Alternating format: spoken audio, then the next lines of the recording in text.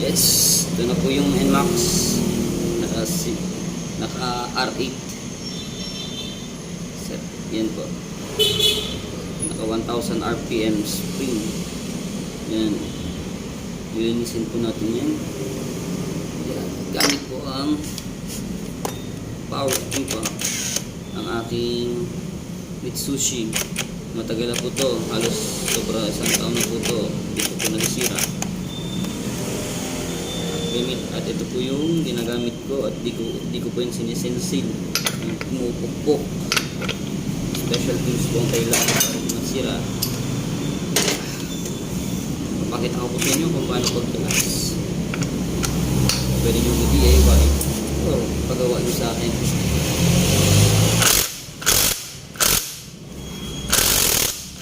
Napakadali kapag may gamit. Ayan po. Ito nyo naman, sobrang dumi.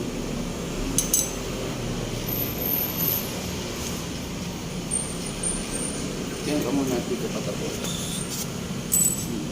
Tingnan nyo naman, ang dumi. Wow.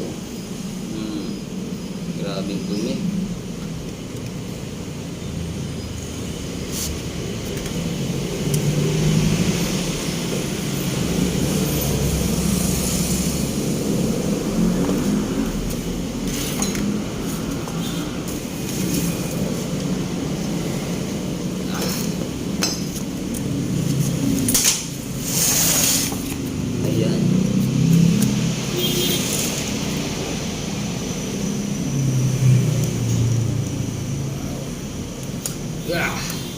Oh, grabe ang dumi oh.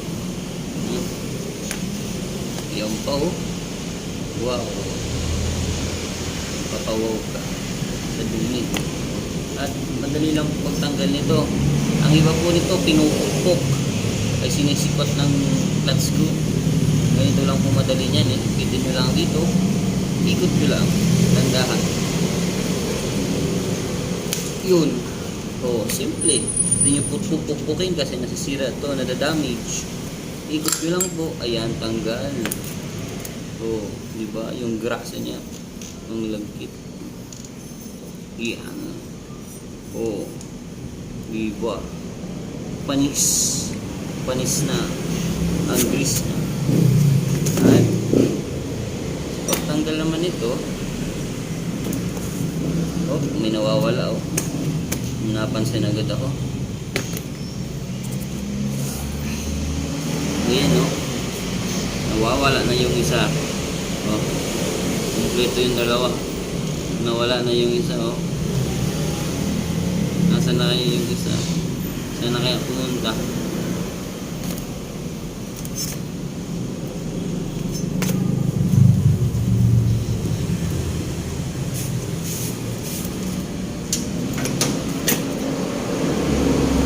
Magbubuno tayo ng ngipin. Yun.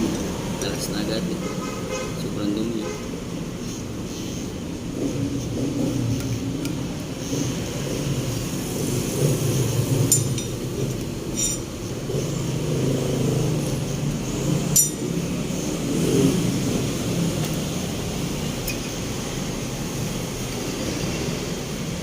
Yeah.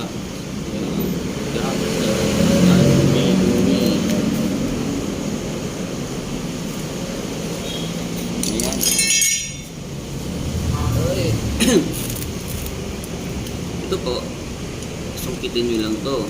Yan.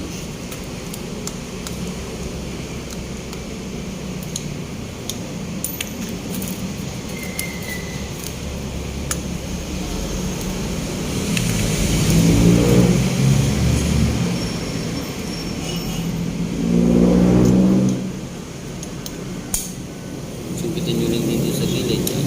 Yung flat screw. Yan. Tandaan lang. Dali, diba? Ito po. Oh.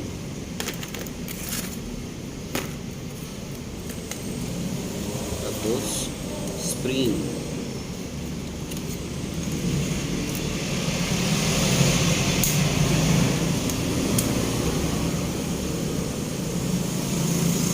Kailangan itong may tali. Ito.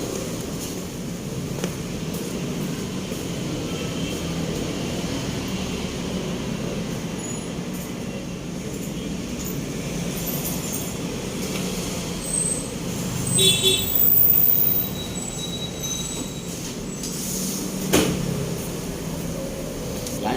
Ito, kahit ito lang na wire, kaya naman, kayang-kaya na po ito.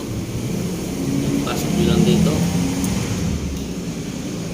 Pag talagang matigas di kaya ng long nose, kasi masisira o maputol bigla yung spring.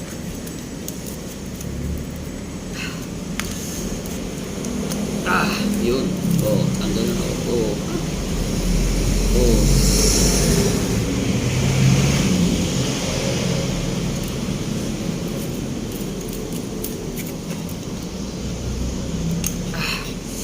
Tigas. Yan.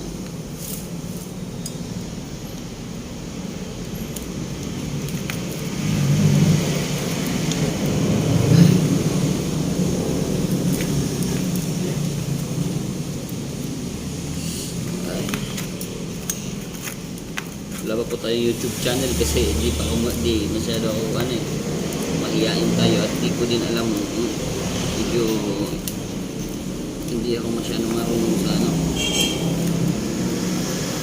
sa YouTube channel, di pa ako gumagawa. Yan, ano lang muna yan po. Oh, ito okay pa ma, pero kailangan natin yung linisan dito. Oh, yan. So, di ba? So, yun na yung sinasabi ko kapag replacement or iba na sa yan, masisira o sira na agad Kung kumpara natin sa original, hindi yan agad napuputol. Ito, sira na agad. Paano pa kaya ito? Papalit din sa nitong goma sira na agad pero yung mga original na CVT, hindi basta-basta napupunit. Ito, punit na. Bibili naman siya ng bagong palit dito. Kasi magpapabagyo, kailangan palitan.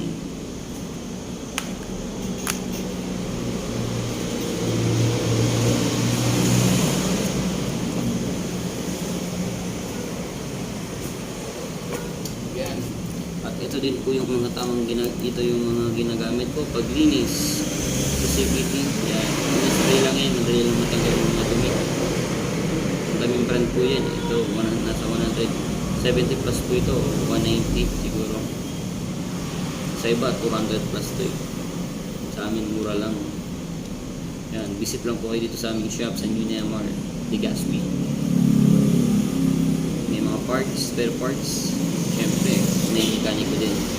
Ako lang nag-isa.